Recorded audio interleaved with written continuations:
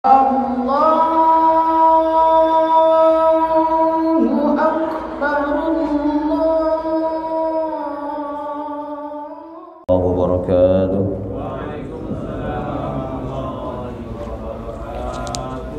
Alhamdulillah, alhamdulillahilladzi an'amana bi ni'matil imani wal islam. Wa asyhadu an la ilaha illallah wahdahu la syarika lah, dzul jalali wal ikram.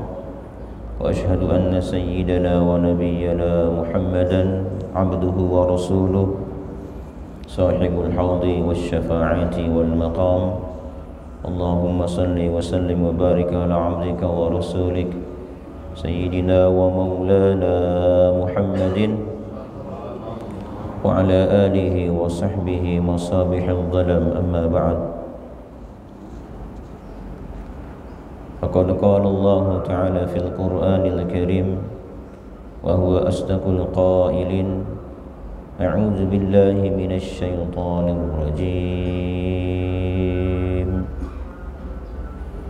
Inna 'iddatash shuhuri 'indallahi 12 shahran fi kitabillah yawma khalaqas samawati wal arda minha arba'atun hurum. Wa qala Rasulullah sallallahu alaihi wa alihi wasallam,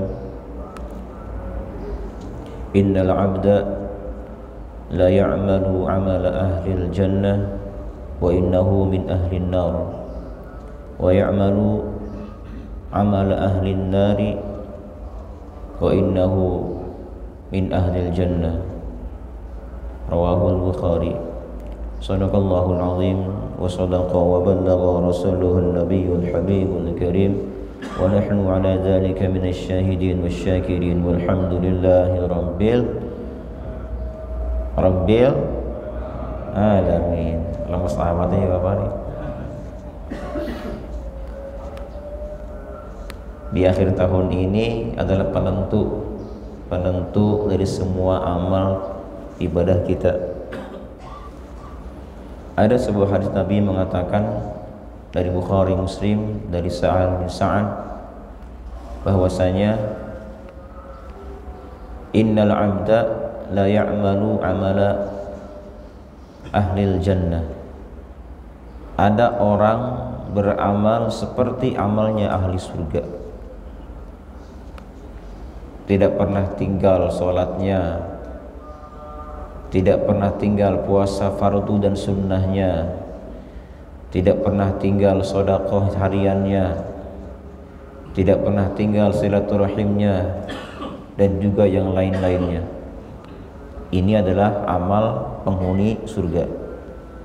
Tetapi ternyata wa innahu min ahlin nar. Di buku amalnya ternyata atau takdirnya orang tersebut min ahlin nar, penghuni neraka. Kemudian Rasul melanjutkan sabdanya, wa ya'malu 'amala ahlil jannah wa ya'malu 'amala ahlin nar. Ada juga seorang hamba beramal seperti amalnya penghuni neraka. Tidak pernah tinggal berdosa tiap hari, bermaksiat tiap hari, berjudi, minum-minuman, membunuh dan sebagainya. Tetapi ternyata di catatan takdirnya Lauhul Mahfuz dia min ahlil jannah. Dia termasuk ahlul jannah, penghuni surga. Di akhir hadis ini Rasul menyampaikan al-a'malu bil khawatim, bahwasanya semua amal-amal bil khawatim itu finalnya adalah al khawatim, di akhirnya, bukan di awal, bukan di tengah, tapi di akhir. Kalau dalam kitab hadis yang lain, innamal a'malu bil khawatim, menggunakan innama. Kalau sudah ada kata innama berarti itu sudah takhsis, sudah khusus, benar-benar khusus. Apabila dalam bahasa Arab sudah ada kata innama. Jadi sesungguhnya semua amal-amal bil khawatim itu tergantung akhirnya. Nah, hari ini adalah hari di mana tahun 1445 dari mulai hari ini sampai menjelang maghrib masih masuk 1445. Begitu maghrib maka sudah masuk tahun 1446 Hijriyah. Berarti di hari ini sebagai penutup tahun, di mana kita banyak kekurangan di tahun ini, banyak lalai kepada Allah Ta'ala, banyak bermaksiat kepada Allah Ta'ala, dan juga kurang dari sisi mengamalkan perintah Allah Ta'ala, tidak sempurna. Maka ayolah di hari ini, di hari terakhir ini, kita tutup dengan bermacam-macam kebaikan. Kenapa? Rasul menyampaikan tadi, innamal a'malu bil khawatim. Sesungguhnya amal-amal itu akhirnya adalah yang dinilai terakhirnya, khawatimnya. Sebagaimana sabda Rasul tadi, ada orang sepanjang hari, sepanjang hidup beriman kepada Allah, sepanjang hidup beribadah kepada Allah, tapi ternyata di Lauhil Mahfuz tulisan takdirnya dia ternyata min ahlin nar, penghuni neraka. Semoga bukan kita ya Pak ya. Semoga bukan kita. Kita rajin ibadah, rajin puasa, ternyata di tulisan Lauhil Mahfuz kita min ahlin nar, naudzubillah. Gak kebayang kita ini. Yang kedua, ada juga orang sepanjang hidupnya tidak beriman kepada Allah Ta'ala dan bahkan bermaksiat terus, tetapi di akhir hayatnya dia beriman kepada Allah dan juga beramal baik, beramal soleh. Maka di dalam buku takdirnya disebut dengan min ahlil jannah, karena semua dinilai dari akhirnya. Sama halnya sekarang ini, kalau misalnya kita dari awal tahun, pertengahan tahun banyak kekurangan, maka tutuplah di akhir tahun ini dengan berbagai macam kebaikan. Maka insya Allah di tahun 1445 karena ditutup dengan kebaikan, maka insya Allah kita termasuk min ahlil khair, ahli yang telah melakukan kebaikan. Betul Pak? Halo, betul? Ngantuk Pak ya? Ngantuk ini nih. Pada zaman dulu ada orang yang sudah membunuh berapa? 99 orang. Ini dah hadis Bukhari. 99 orang dia bunuh. Kemudian dia ingin bertaubat. Tapi sebelumnya dia pengen tanya dulu ke kiainya lah kalau sekarang ya. Apakah diterima taubatnya dan bagaimana caranya gitu. Maka dia datang ke satu ustadz. Ustadz, saya sudah membunuh 99 orang. Apakah Allah masih menerima taubatku dan harus bagaimana cara taubatnya? Kata ustadznya, Anda telah melampaui batas.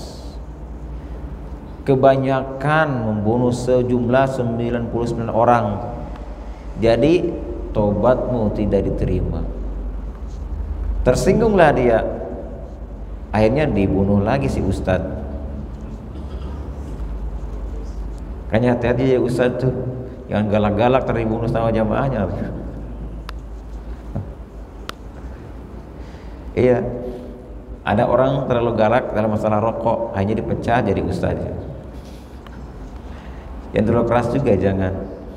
Akhirnya si pembunuh ini pun dia gak mau cari ustadz yang ini. Saya gak mau cari ustadz seperti ini. Saya mau cari ustadz yang menyejukkan hati. Saya mau cari ustadz yang bisa menerima taubatku. Singkat cerita, dia cari lagi dan ketemu dengan satu ustadz yang lain. Dia ceritakan bahwa dia telah membunuh 100 orang sekarang, termasuk ustadz yang kemarin dia bunuh. Nah, karena ustadz yang kedua, apa katanya? Allah itu Maha Pengampun. Sebesar apapun dosa kita, bahkan seisi bumi dosa kita saking gedenya, tetapi ketahuilah rahmat Allah lebih luas daripada dosa. Rahmat Allah Ta'ala lebih luas daripada dosa kita. Senanglah dia. Senang, kenapa? Karena diterima taubatnya. Lalu bagaimana caranya? Aku ingin hijrah, ingin taubat kepada Allah Ta'ala. Kata ustadznya, kamu jangan tinggal di tempat yang sekarang ini, karena tempat itu tidak baik untukmu. Tempat itu pengaruh. Kalau tempat sudah tidak baik, tidak layak, jangan terus tinggal di situ. Hijrahlah, pindah ke tempat yang baik. Akhirnya dia pun mematuhi saran si ustadz ini. Dia pergi hijrah. Di tengah perjalanan ternyata dia meninggal dunia. Ributlah dua malaikat, Raqib dan Atid. Kata malaikat Atid, dia min ahlin nar, ini orang termasuk penghuni neraka. Kata Raqib, belum, tidak, dia sudah berniat untuk hijrah, dia min ahlil jannah. Akhirnya datanglah malaikat yang ketiga menjadi hakim, pemutus dari dua malaikat tadi. Sekarang kita ukur saja, ukur kira-kira dekat manakah dia meninggal. Apakah mendekati tempat yang akan dia hijrahi, atau malah dekat dengan tempat yang dulu. Begitu diukur ternyata lebih dekat ke tempat yang baik. Maka disinilah akhirnya diputuskan dia min ahlil jannah. Itu khawatimnya, di akhir hayatnya dia taubat kepada Allah Ta'ala. Dan jangan salah pula, pada zaman dulu ada orang yang hampir jadi nabi, Bapak, Ibu. Ada orang hampir jadi nabi saking solehnya, saking kuat imannya. Siapa namanya? Bal'am Ba'ura. Luar biasa ini ulama Bani Israel.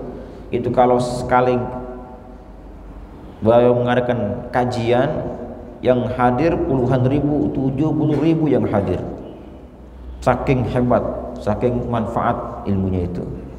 70.000 dihadiri, dan semuanya memegang pena dan memegang buku. Setiap kalam-kalam dia ditulis, saking benar-benar menyentuh hati mereka. Bal'am Ba'ura. Dan ketika ada jamaah datang kepadanya minta doa apapun, doa ingin sembuh dari penyakit, doa ingin naik derajat, doa ingin tebeh hutang, didoakan, terkabul doanya. Luar biasa Bal'am ini.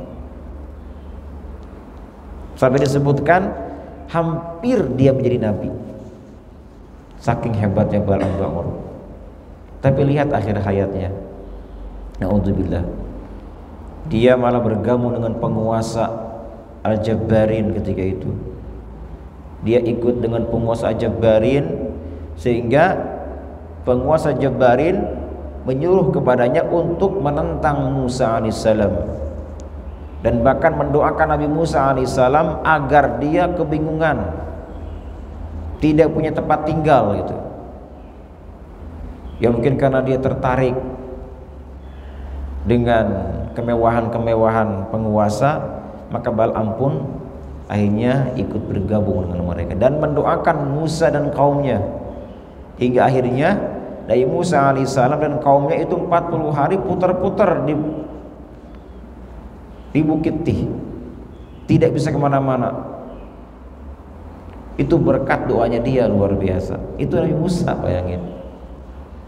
Nabi Musa heran, kenapa kok kita terus di sini 40 hari? Kenapa ini? Ada apa ini? Ternyata ada doa dari Bal'am Ba'ur.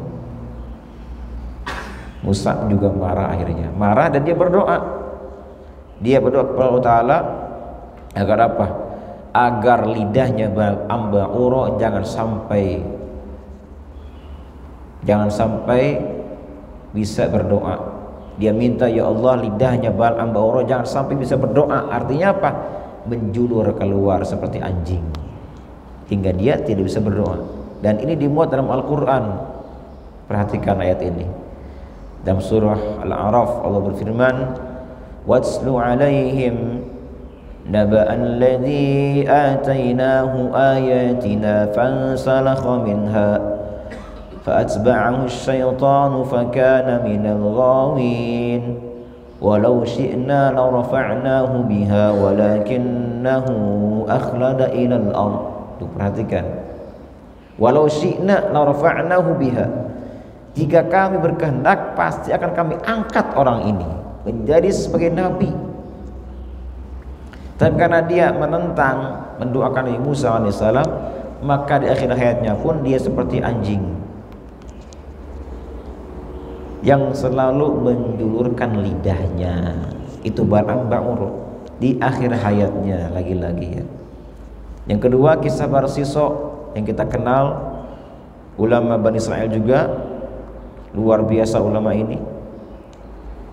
Itu murid-muridnya Pak, saking hebat ibadahnya. Kalau kita ibadah di bumi sudah biasa, itu menginjak tanah sudah biasa.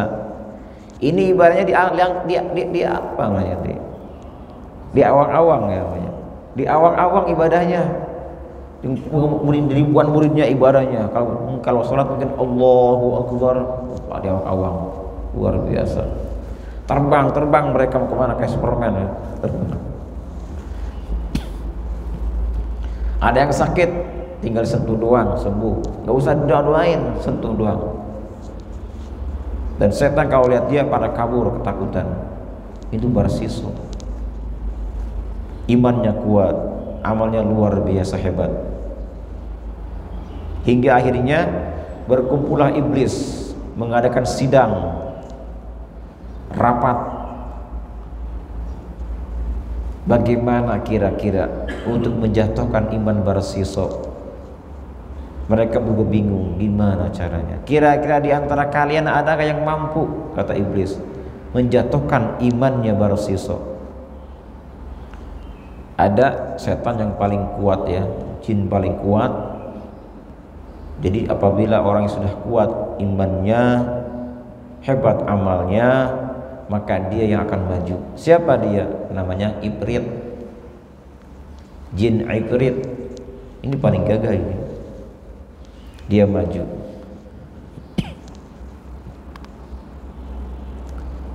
Begitu dia maju, dia berkata, saya yang akan menjatuhkan imannya Barsiso. Singkat cerita akhirnya, bagaimana caranya dia? Dia sengaja mengganggu anak raja, diganggu sama dia. Diganggu dan diganggu. Bermacam-macam tabib, ustadz yang mendoakan tapi tidak mempan juga. Hingga turun tanganlah Barsiso ini atas perintah sang penguasa.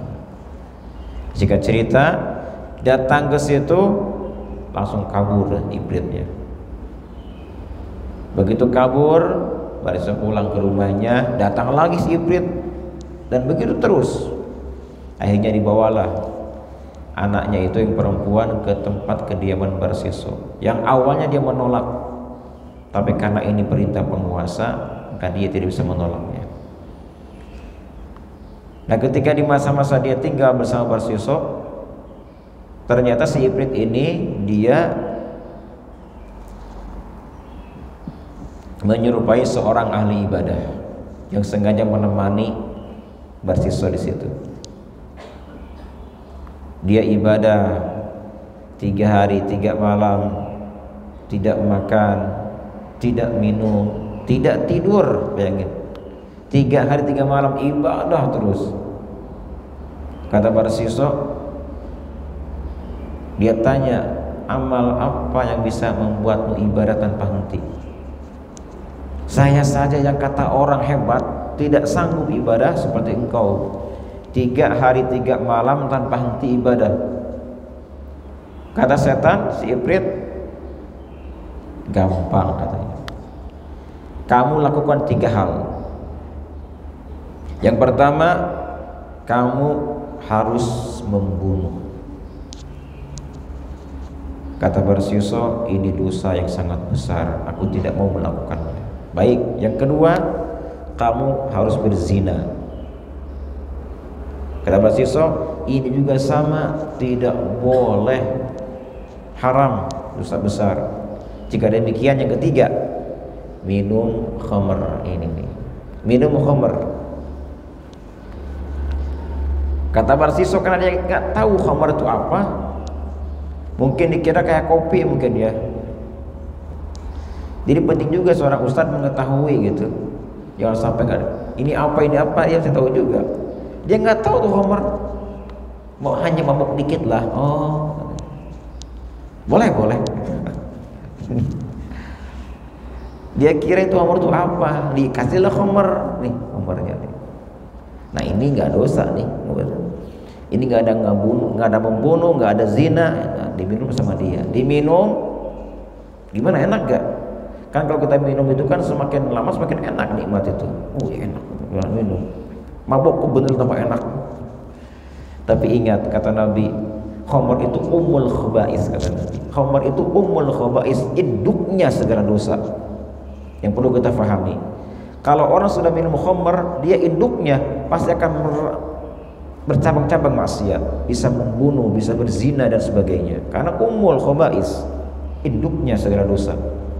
Begitu dia minum, mulai syahwatnya memuncak, naik, bergairah.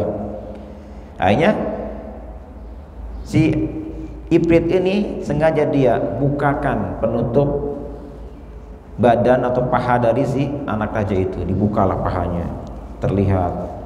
Akhirnya syahwatnya memuncak, dia tidak kuat, berzina, dizinalah anak itu. Setelah dizina, bingung dia, bagaimana sekarang ini? Kata si Ifrit, gak usah bingung, bunuh saja, sudah, gak ada yang tahu kok. Nanti kalau sudah dibunuh, kamu kubur di situ tuh, di tempat ibadahmu. Dan kalau raja tanya kemana anaknya, kamu katakan kepadanya dia kabur, pasti percaya dengan omonganmu, karena kau orang yang soleh. Masuk akal juga. Dibunuhlah, dan sudah dizina, dibunuh, dikuburlah di tempat ibadahnya, somaahnya. Nah, si Ifrit datang ke raja dan dia ceritakan bahwa anaknya telah dibunuh dan dikubur di tempat ibadahnya. Kalau nggak percaya, tanyakan ke dia, pasti dia akan jawab, anakmu kabur. Itu jawabannya Ifrit, subhanallah. Akhirnya singkat cerita, datanglah si penguasa ke tempat Barsiuso dan ditanya, ternyata sama dengan jawaban yang dikatakan oleh Ifrit. Akhirnya dia disalib. Ketika itu dia masih ada pengampunan sebetulnya, belum termasuk surah Khatimah, belum. Disaliblah dia, disiksa, disalib.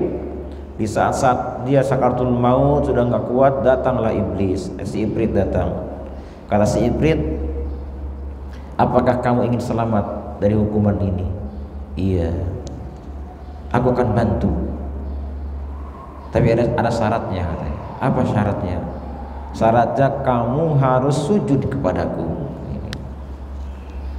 Sujud kepadaku. Bagaimana caranya? Isyarat saja cukup, nggak usah sempurna. Saya ikhlas kok bantu kamu, katanya. Asal kamu sujud sama saya, isyarat cukup. Akhirnya dia isyarat sujud kepada Ifrit, dan itulah detik akhir hayat Barsiuso. Akhirnya dia masuk ke dalam su'ul khatimah, na'udzubillah. Luar biasa coba. Nah, oleh karena itu Bapak Ibu semuanya, di akhir tahun ini ayolah kita isi dengan kebaikan-kebaikan, dengan harapan semoga kekurangan amal ibadah kita selama di tahun ini disempurnakan dengan akhir hari ini, dan semoga maksiat kita di sepanjang tahun ini ditutup dengan berbuat kebaikan di akhir tahun ini. Dengan demikian insya Allah Allah hapus semua dosa-dosa kita, karena yang dianggap adalah al-khawatim, penutup terakhir kita ya. Lalu apa yang mesti kita lakukan di hari ini? Karena penutup ditutup dengan kebaikan. Yang pertama anjurannya adalah berpuasa. Puasa di akhir tahun. Ada hadis dari Ibnu Abbas. Ini hadis ada yang mengatakan maudhu, ada yang mengatakan tidak sampai maudhu tapi dhaif saja. Sepanjang masih ada pendapat yang membolehkan, yang mengatakan dhaif, maka silakan diamalkan. Karena ini masih jadi hujah buat kita, apalagi yang berkaitan dengan fadhailul a'mal ya. Asal jangan berkaitan dengan tauhid, akidah, muamalah, jangan dipakai yang dhaif. Tapi yang kalau kaitan dengan fadilah amal, maka silakan diamalkan. Apa hadisnya? Rasul bersabda, "Man shoma akhiru yaumin min Dzulhijjah." Barang siapa yang berpuasa di hari terakhir Dzulhijjah. Kemudian wa awwala yaumin min Muharram, dan hari pertama di bulan Muharram. Jadi awal tahun dan akhir tahun ditutup dengan puasa. Kata Nabi, orang ini sama dengan membuka tahunnya dengan puasa dan menutup tahunnya pula dengan puasa. Maka ja'alallahu lahu kaffarata khamsina sana. Luar biasa. Maka Allah akan hapus, akan kifarati dosanya selama khamsin. Apa khamsin? Apa arti khamsin? Apa arti khamsina apa? Khamsun 5. Kalau khamsina, khamsuna 50. Khamsun 5, khamsuna 50. Kemudian salah satu 3, salah suna 30. Arba'atun 4, arba'una 40. Jadi Allah akan hapus dosa-dosanya khamsina sana selama 50 tahun. Luar biasa. Wah, saya nggak niat Pak Ustadz nih, belum niat saya nih. Ini kan sunnah, jadi boleh niat sepanjang belum zuhur. Dan bahkan ada pendapat yang lebih ringan lagi, sepanjang belum asar masih bisa niat puasa. Tapi saya tadi habis subuh merokok dulu Pak Ustadz, kopi dulu, boleh nggak? Nggak boleh sebetulnya. Tidak boleh. Kalau niat puasa sunnah, sebelumnya jangan dulu makan minum. Tapi saya ingin puasa Pak Ustadz, ada nggak pendapat yang ringan? Ada, kan? Ada lagi. Jadi kalau ada pendapat yang mengatakan boleh pendapat kalau kita sudah ingin puasa, tapi karena makan dan minum dulu, silakan lanjutkan. Ya. Bahkan dikatakan sebelum asar itu masih ada harapan berniat, meskipun dia sudah makan lontong sayur, nasi uduk. Ya. Kebetulan harinya hari Sabtu, hari banyak undangan biasanya Sabtu itu. Undangan apa? Acara pernikahan, acara khitanan, akikahan misalnya. Kita puasa, bagaimana ini? Udah niat, datang saja. Datang, terus makan. Habis makan, niat lagi puasa. Ringan agama itu, sunnah. Tapi ini pendapat lemah memang. Tapi bagi orang yang ingin puasa, bagaimana caranya? Maka amalkanlah pendapat ini, meskipun dia sangat lemah. Tapi untuk linafsihi, untuk dirinya saja gitu. Jangan disebarluaskan. Ada orang-orang puasa banyak, kata Pak Ustadz Mumu, kalau kita diundang makan lagi aja nanti. Ini kan seakan-akan menyuruh mereka. Nggak usah cerita, udah kita aja sendiri. Kecuali ada yang ingin Ada yang curhat ingin puasa tapi ada yang merumahkan, bagaimana ya? Nah, kita kasih solusinya itu. Ini puasa ya. Jadi puasa, apa niat puasanya? Nawaitu shauma ghadin. Kalau tadi malam niatnya, niat saya puasa esok hari di akhir tahun atau di hari terakhir Dzulhijjah karena Allah Ta'ala. Nah kalau niatnya hari ini bagaimana? Nggak ada nawaitu shauma ghadin, nggak ada, kan bukan ghadin lagi sekarang. Jadi kalau misalnya sekarang nih saya lupa tadi nggak niat puasa tadi malam, sudah masuk hari sekarang, bagaimana niat puasanya? Nawaitu al-yaum, nawaitu shauma al-yaum, nawaitu shauma al-yauma lillahi ta'ala. Nawaitu, saya berniat puasa al-yauma di hari ini, di hari ini lillahi ta'ala, tanpa menyebutkan akhir tahunnya. Niat saya puasa al-yauma pada hari ini karena Allah Ta'ala. Nanti besok puasa lagi ya. Berapa hari jadinya? 3 hari, kan Senin puasa lagi. Hari Ahad, hari Sabtu, hari Ahad dan hari Isnin. Jadi 3 hari berpuasa. Aduh, pagi-pagi Kamis kajian kayaknya ada lontong nih, sayur. Bagaimana nih? Makan dulu terpuasa lagi gitu. Luar biasa ini. Nah itu pertama, jadi puasa. Jadi puasa ya di akhir tahun kita kan banyak kekurangan. Katakanlah nggak usah bapak saya sendiri ya. Saya jarang puasa Senin Kamis, sangat jarang puasa Senin Kamis. Tapi kalau puasa-puasa yang banyak fadilahnya seperti puasa di 9 Dzulhijjah, puasa Asyura, insya Allah puasa itu. Tapi kalau Senin Kamis jarang saya lakukan, jujur ya Pak ya, jujur saya jarang lakukan. Dan mungkin dengan akhir tahun ini saya tutup dengan puasa. Mudah-mudahan Allah Ta'ala berikan kesempurnaan puasa gitu ya. Nah besoknya lagi nanti buka juga tahun baru dengan puasa, dengan harapan semoga kedepannya nanti kita bisa berpuasa rutin sunnah-sunnahnya, apalagi yang fardunya. Nah berikutnya apa diantaranya yang dianjurkan itu di hari terakhir ini? Kita banyak-banyak berdoa kepada Allah Ta'ala, karena ini hari terakhir, terutama doa akhir tahun. Doa akhir tahun, apa ada anjurannya? Apa ada hadisnya? Hadisnya tidak ada. Tetapi dilihat dari sisi al-khawatim tadi, tutup harimu, tutup tahunmu, tutup kehidupanmu dengan kebaikan. Perintah ini umum ya. Ditutuplah akhir hidup kita, tutuplah sholat kita, semua dengan kebaikan kan.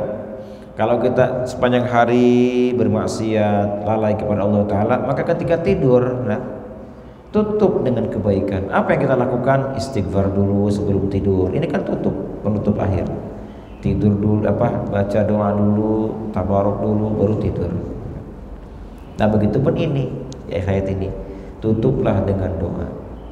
Meskipun tidak ada hadisnya, tapi banyak orang-orang salihin mengamalkannya. Dan di antara salihin, ketika mereka diberikan karunia Allah Ta'ala hingga bisa melihat bagaimana alam gaib, bagaimana setan-setan yang ketika mereka mendengar ada orang baca doa akhir tahun, mereka melihat ini oleh Allah yang Allah berikan kelebihan. Tidak ada sebagian orang yang Allah berikan kelebihan bisa melihat setan. Nah dia melihat ketika ada orang yang baca doa akhir tahun, itu setan ngomongnya, setan yang menggoda dia sepanjang tahun ngomong. Apa ngomongnya? Dari mulai tahun 1445 gitu ngomongnya tuh. Kalau bahasa kita, aku telah berupaya dengan sebagaimana cara pun agar orang ini tersesat, berbelok arah, tetapi dengan seketika semua usahaku, semua jeripayaku musnah dengan doa itu. Luar biasa. Jadi dibaca doa nanti akhir tahun. Bacanya kapan?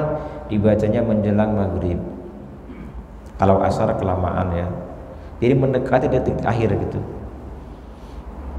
Misalnya maghrib jam 6 pas, ya baca jam 6 kurang seperempat gitu. Baca di situ doanya. Kalau bisa sama keluarga kumpul-kumpul bareng. Apakah kita yang talqin mereka, kita baca per kata diikutin, atau kita baca diaminin?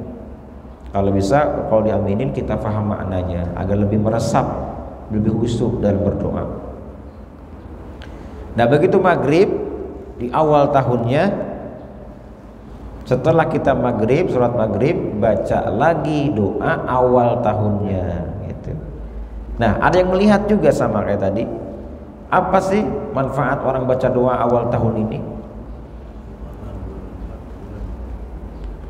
Nah ternyata ketika ada orang baca doa awal tahun, itu setan ngomong lagi, bukan, Allah Ta'ala mengutus 2 malaikat.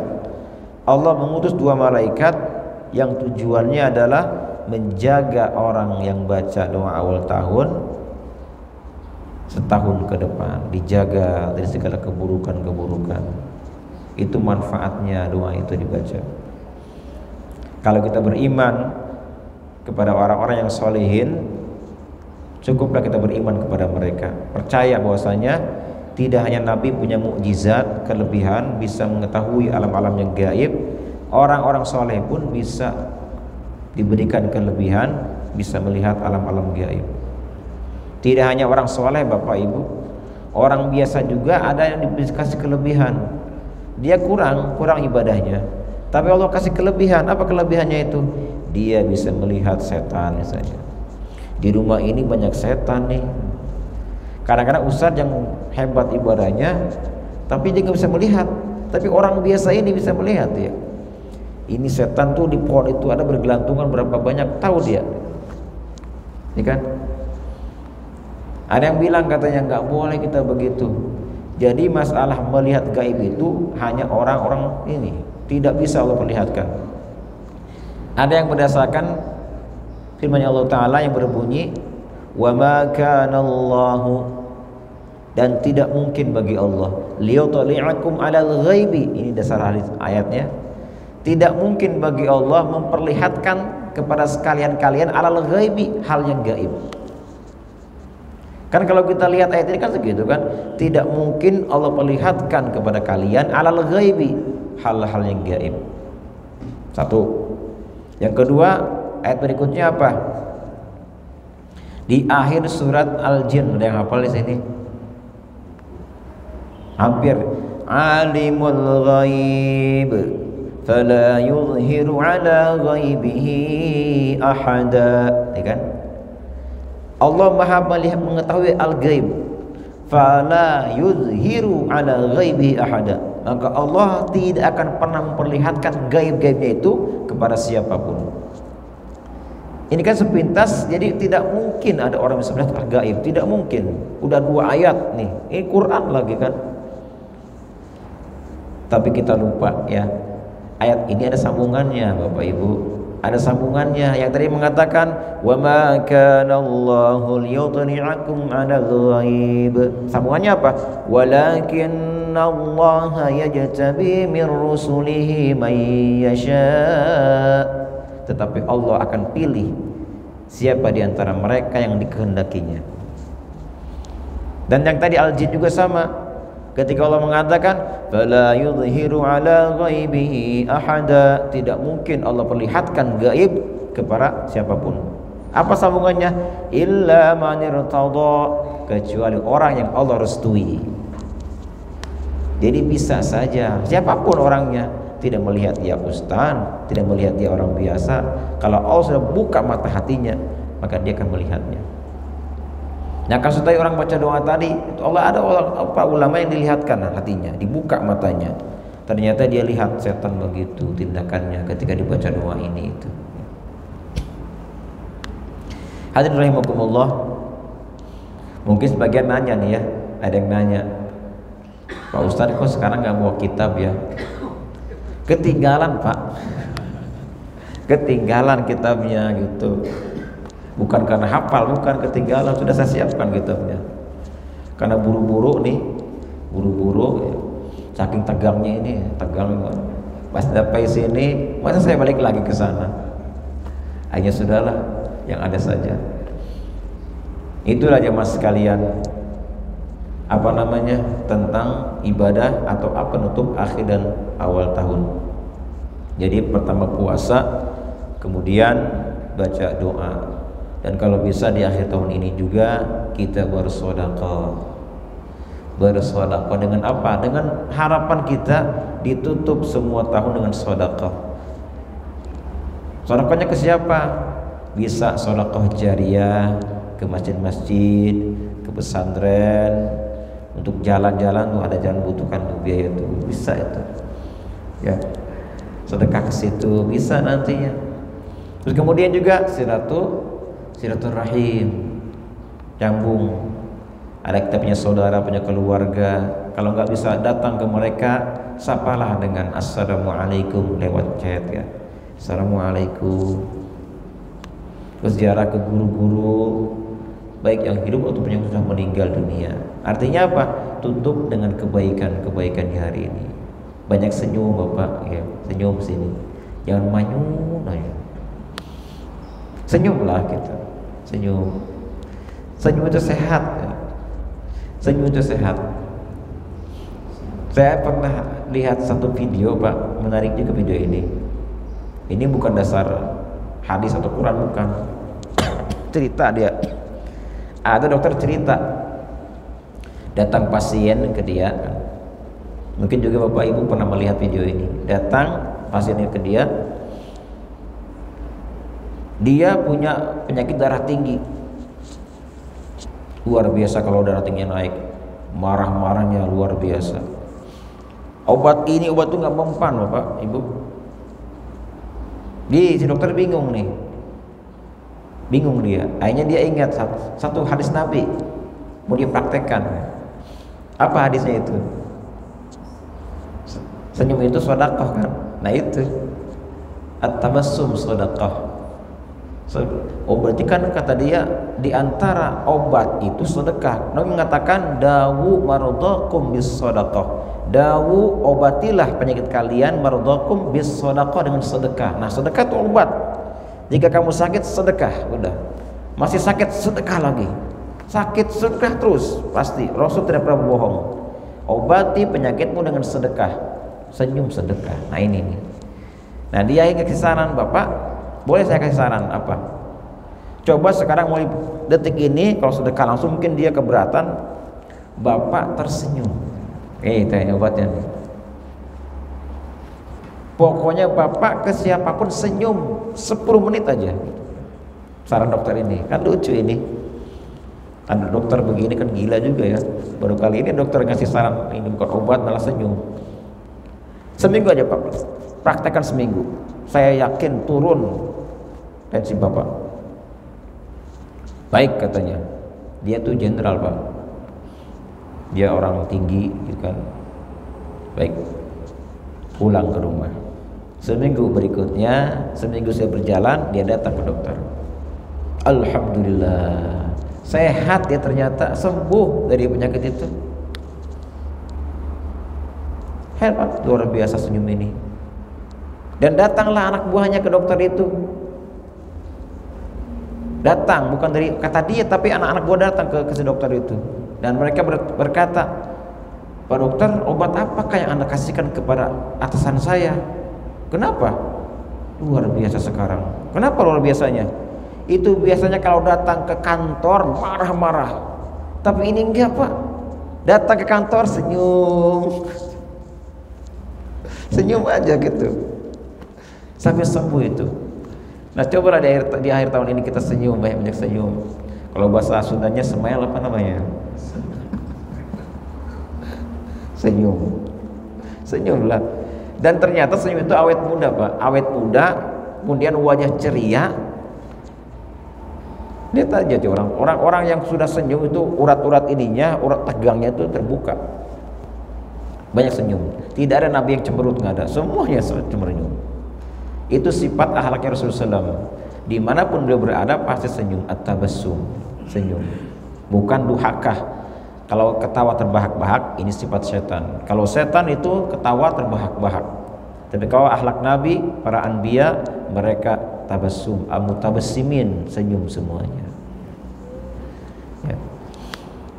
Jangan lupa Pak pulang ke rumah ya. Ke istri, ke anak senyum aja.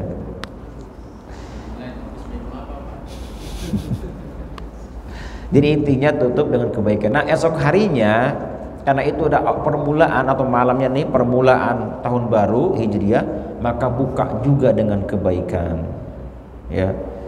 Kalau orang-orang yang meriahkan tahun baru Masehi dengan cara yang munkar, nah kita dengan cara yang ma'ruf ya.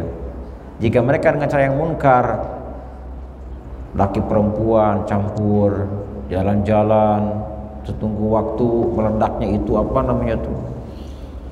Apa sih? Itu api itu. Nah kita tidak, tutup dengan ma'ruf, buka dengan ma'ruf kebaikan. Misalnya zikir malam, kita zikir sama-sama. Bukalah ini zikir, buka dengan kebaikan-kebaikan.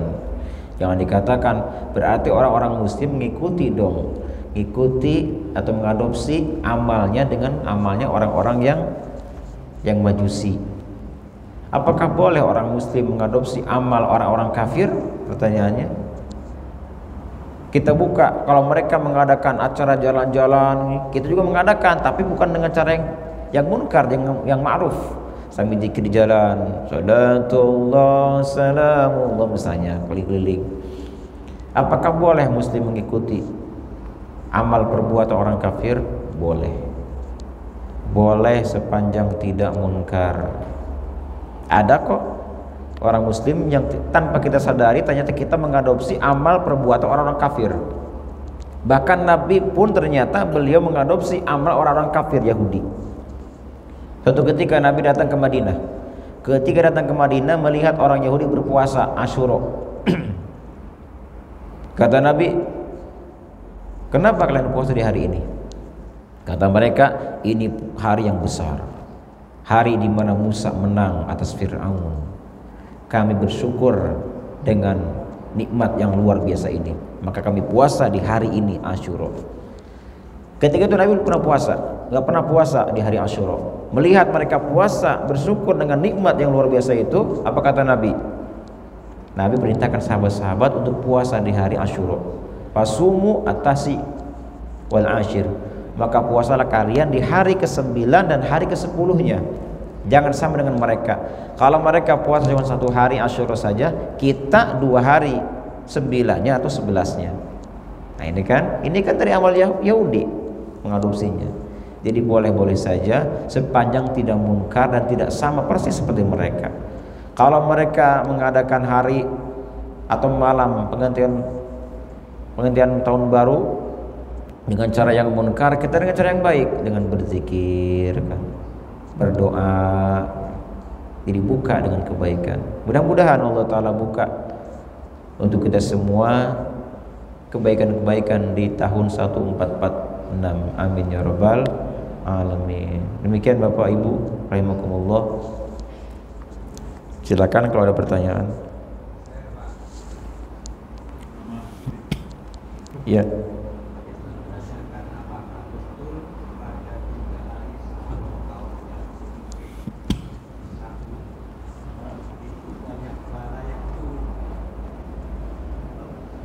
Terus itu doang.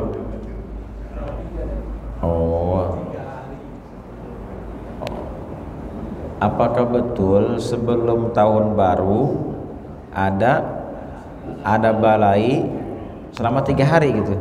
Selama apa sebelum? Apakah betul 3 hari menjelang tahun baru ada balai turun? Ini tahun baru apa nih maksudnya nih? Islam. Apakah betul 3 hari menjelang tahun baru Islam ada balai turun? Tidak betul. Tidak betul. Tidak ada yang mengetahui kapan balai datang gitu. Balai akan datang apabila sudah ada hal-hal yang satu, ada makar, dua, ada melampaui batas, tiga, ingkar janji. Makhul berkata dalam tafsir ayat Al-Quran, ada tiga hal yang mendatangkan azab, balai, musibah. Tiga hal. Tiga hal kita lakukan berarti kita menentang azab, menentang musibah. Tadi sebutkan yang pertama al-makar, kita makar, membuat tipu daya. Yang kedua, apa tadi yang kedua? Apa yang kedua tadi? Melampaui batas, al-baghyu. Al-baghyu melampaui batas. Kalau orang sudah maksiat melampaui batas, ini ya, hati-hati juga ini. Kalau belum melampaui batas nggak ada ini. Yang ketiga adalah ingkar janji, sumpah tapi diingkari. Ini tiga. Kenapa banyak musibah sekarang? Ada orang dulu ketika dia sebelum mencalon dia berjanji, akan saya bangun jalan ini. Janjinya kan, akan saya sejahterakan bangsa Indonesia ini. Janjinya begitu kan, akan saya begini begitukan kalian wahai bangsa Indonesia. Tapi ketika dia ingkar janji, ingat, nantang musibah ini, nantang berarti dia. Dan kebalikannya, ada 4 hal yang bisa menolak azab, menolak balai. Apa yang pertama? Kata Makhul, yang pertama adalah dasarnya iman kepada Allah Ta'ala, iman yang kuat, yakini semua kejadian baik atau buruk itu semua dari Allah Ta'ala datangnya, itu iman. Kedua, syukur. Setiap nikmat yang kita rasakan, sekecil apapun nikmat itu, syukuri. Beliau mengambil Al-Quran dalam surah An-Nisa, apa katanya? Wa ma kana Allahu liyu'adzibak wa ma yaf'alullahu bi'adzabikum. Allah tidak akan pernah menimpakan balainya, musibahnya, in syakartum wa amantum, jika kau pandai bersyukur dan beriman kepadanya. Dua tuh kan. Yang ketiga apa? Yang ketiga yang bisa menolak azab adalah istighfar. Istighfar bisa menolak azab. Wa ma kana Allahu mu'adzibahum wa hum yastaghfirun. Dan Allah tidak akan pernah menurunkan balainya sepanjang mereka masih beristighfar kepada Allah Ta'ala. Dan yang terakhir adalah doa, kan?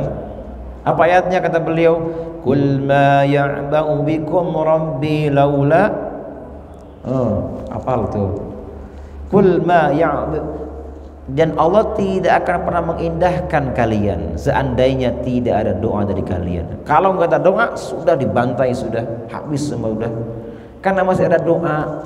Ya Allah, tadi subuh juga kita ada yang baca doa kunut, apa? Idfa'annal bala al-qahta, kan? Ini kan dua balai. Kalau nggak ada Pak Paswari jadi imam tadi, bisa ada balai nih. Untuk beliau berdoa tadi, ya Allah tolak balai. Jadi doa ini terakhir. Jadi yang namanya musibah itu tidak ada kalau ini bahwa menjelang ini nggak ada. Terus kenapa kok biasanya setelah tahun baru Masehi ya, setelah tahun baru Masehi kok suka ada musibah-musibah? Bener nggak? Contohnya pernah tsunami Aceh. Itu kejadiannya kapan? Setelah tahun baru pas sebelumnya? Sebelum? Pas sudah? Sebelumnya? Tahun berapa? Ingat nggak?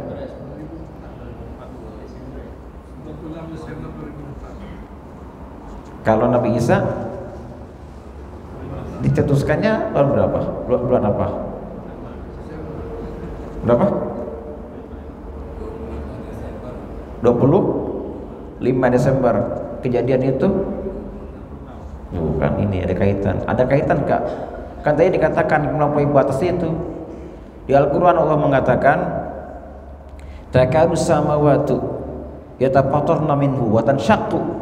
Hampir-hampir langit itu pecah, bumi meledak juga. Kenapa? Ketika mereka mengatakan Allah itu tidak satu tapi tiga. Nah, ketika mereka cetuskan Nabi Isa alaihissalam di hari itu, ini kan melampaui batas. Disebutkan bahwasanya Isa itu begini. Jadi kalau sudah ada melampaui batas, sudah ada makar, sudah ada inkar, maka Anda sudah berani menentang azab Allah Ta'ala. Ya. Jadi kalau ada orang viral di medsos tuh ya, dengan apa, kalau dia belum melampaui batas, belum. Kalau sudah melampaui batas, tinggal tunggu waktunya ya. Tunggu waktunya akan Allah kirimkan azab kepadanya. Masih ada yang lainnya?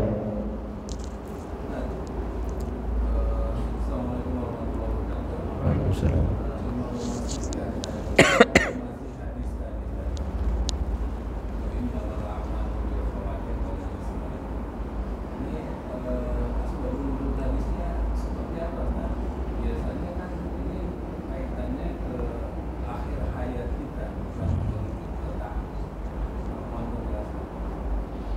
Betul.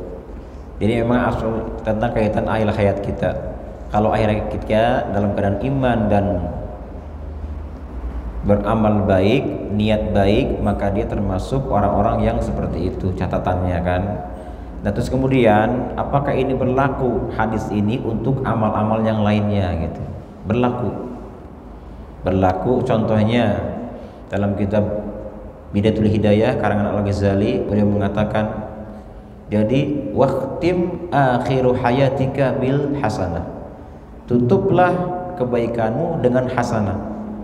Jadi beliau mengatakan sini tutup akhir hayatmu dengan kebaikan. Beliau mengatakan di sini ini kaitan dengan babun naum, bab tidur. Ketika orang tidur, hendak tidur, dia kan akhir hayatnya nih. Artinya dia nggak beramal lagi. Dia akan mati, dia akan tidur. Maka tutuplah dengan itu. Nah, ini sama saja dikiaskan dengan orang yang berkaitan dengan tahun. Ketika di akhir tahunnya, maka tutuplah akhirnya dengan kebaikan-kebaikan, dengan harapan semoga Allah Ta'ala tutup semuanya dengan itu. Jadi dikiaskan ini Pak, dikiaskan dengan hadis tadi. Kata Nabi SAW, kata Allah dalam Al-Quran tentang masalah kias, fa'tabiru ya ulil albab, fa'tabiru ya ulil absar. Maka beriktibarlah kalian wahai orang-orang yang punya akal yang sempurna. Kita digunakan akal untuk apa? Untuk beriktibar ya. Kalau kias tidak ada, andaikan kias tidak ada, dalam Al-Quran Allah mengatakan wala taqul lahuma uff. Jangan pernah kamu katakan ke orang tuamu uff, kata-kata uff kan. Allah hanya mengatakan demikian. Berarti kalau kita tendang orang tua kita boleh enggak? Enggak boleh. Mana ayatnya? Enggak boleh tendang orang tua. Kita jewer orang tua boleh enggak? Enggak boleh. Mana ayatnya? Allah hanya mengatakan wala taqul lahuma uff. Tidak boleh mengatakan uff. Nah, ini dikiaskan. Setingkat uff saja sudah enggak boleh, apalagi gitu. Atau Allah mengatakan innal ladzina ya'kuluna amwalan yatama dzulma. Misalnya Allah mengatakan sesungguhnya orang yang makan harta yatim secara zalim, maka dia sama dengan memakan api neraka. Orang yang memakan harta yatim dimakan, kalau dibakar gimana? Ada dia punya titipan amanah nih harta yatim, uangnya nih, dia bakar. Kenapa dia bakar? Enggak dosa kok. Kenapa? Kan Allah mengatakan di Al-Quran yang makan yang dosa itu. Kayaknya saya enggak makan, dibakar saja. Ini juga sama, mau dibakar, mau dimakan sama saja hukumnya dosa. Kenapa? Dikiaskan. Sama hanya ketika orang meninggal dunia dalam kubur ya. Itu dalam kubur kan yang dianjurkan azan kapan? Ketika dia lahir. Ketika lahir dianjurkan azan sebelah kanan, iqomah sebelah kiri, itu ketika dia lahir. Nah, ketika dia meninggal dunia, apakah perlu azan di dalam kuburnya? Perlu juga, kata Ibnu Hajar, azan juga sama. Seperti, nah dikiaskan, seperti halnya dia lahir ke bumi, maka ketika dia akan dikembalikan ke bumi pun sama diazani, dikiaskan. Jadi ini kayak apa namanya, kias. Wallahu a'lam bishawab. Subhanakallahumma wa bihamdika asyhadu an la ilaha illa anta astaghfiruka wa atubu ilaik. Assalamualaikum warahmatullahi wabarakatuh. Allah